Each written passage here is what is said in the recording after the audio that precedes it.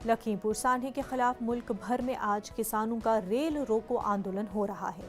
सान्हे के अहम मुल्जिम आशीष मिश्रा के वालिद मरकजी ममलिकत वजीर अजय मिश्रा की बर्खास्तगी का मुतालबा किया जाएगा। संयुक्त किसान मोर्चे के बैनर तले ये तहरीक चलाई जाएगी, जिसके मुताबिक रेल रोको आंदोलन पुरअमन तरीके से किया जाएगा, जिससे रेलवे इब्लाग को कोई नुकसान नहीं पहुंचेगा। एसकेएम ने तमाम हलकों से कहा है कि वो हिदायत पर सख्ती से अमल करें। वाज़ेह हो कि 3 अक्टूबर को उत्तर प्रदेश के लखीमपुर खीरी में कत्लेआम का वो मंजर देखा गया जो तारीख की किताबों में कम ही मिलती है।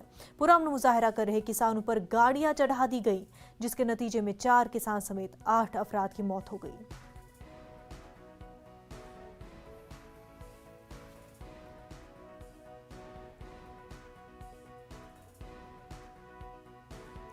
मेघालय के गवर्नर सत्यपाल मलिक ने बताया कि किस तरह तीनों ज़रिए कवानीन के हवाले से किसानों की तहरीक खत्म की जा सकती है।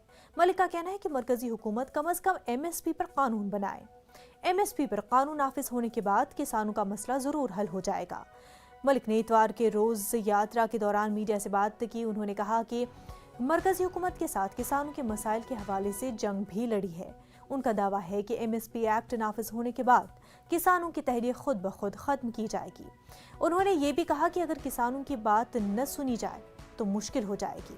वाज़ेह हो कि किसान तंजीमें गुज़िश्ता 1 साल से मरकज के 3 ज़रिए कवानीन के खिलाफ एहतजाज कर रही हैं। किसान तीनों ज़रिए कवानीन को मनसूख करने के मुतालबा कर रही हैं।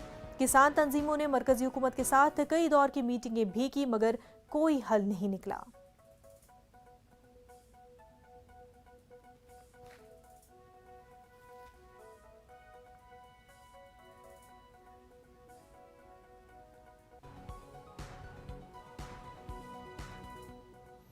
वहीं मुल्क भर में